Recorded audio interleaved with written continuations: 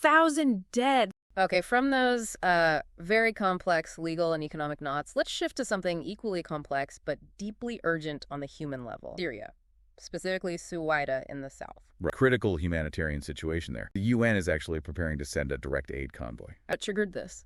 It follows days of really intense violence that tragically left over 1,000 people dead and forced about 175,000 from their homes. 1,000 dead. That's horrific. And this UN convoy is only possible because of a key breakthrough. The Syrian Ministry of Foreign Affairs finally gave formal authorization for UN agencies to access Suwaida. So they couldn't get in before. Only very limited aid got through via the Syrian Arab Red Crescent. They made 3 emergency deliveries, but nothing sustained. What's in the UN convoy? Food and other essential supplies, according to Marion W., who heads the UN World Food Program in Syria. Can you give us some background on the violence? Who was fighting? Sure. The clashes apparently started around July 13th. It was between armed groups from the Druze minority that concentrated in that region and Bedouin combatants who are traditionally more tribal, nomadic. And the government tried to intervene. The Syrian government sent troops to try and contain it, but reports say the violence actually increased after that. The Syrian Network for Human Rights is the source for that figure of over 1,000 deaths. Is there a ceasefire now? There was a U.S.-mediated truce that helped calm things down about a week after the fighting started,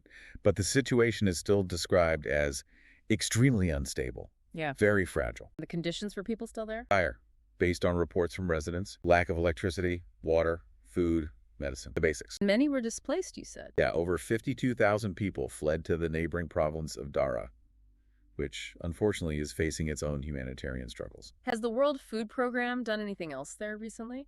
They had managed to get about 250 tons of wheat flour to bakeries in Suwaida before this latest escalation, plus ready-to-eat meals for 50,000 people and other food aid for about 10,000 more. Getting aid in consistently has been the main problem. Exactly. The lack of security has just made it impossible so far to set up a regular, reliable aid route into the region. This UN authorization is a potentially significant step, but the security challenge remains huge. Zooming out from Suwaida, what does this tell us about humanitarian aid in general in these conflict zones? Yeah, zooming out, this situation in Syria really just highlights the incredible complexities of trying to deliver aid in active or even post-conflict zones. It's not just about resources, is it? Not at all. It's not simply about having the supplies or the will to help. You absolutely need these political authorizations like the one Syria just gave. That's crucial. But even with authorization, you still face huge challenges in ensuring security for the aid workers themselves and just keeping those supply lines open consistently.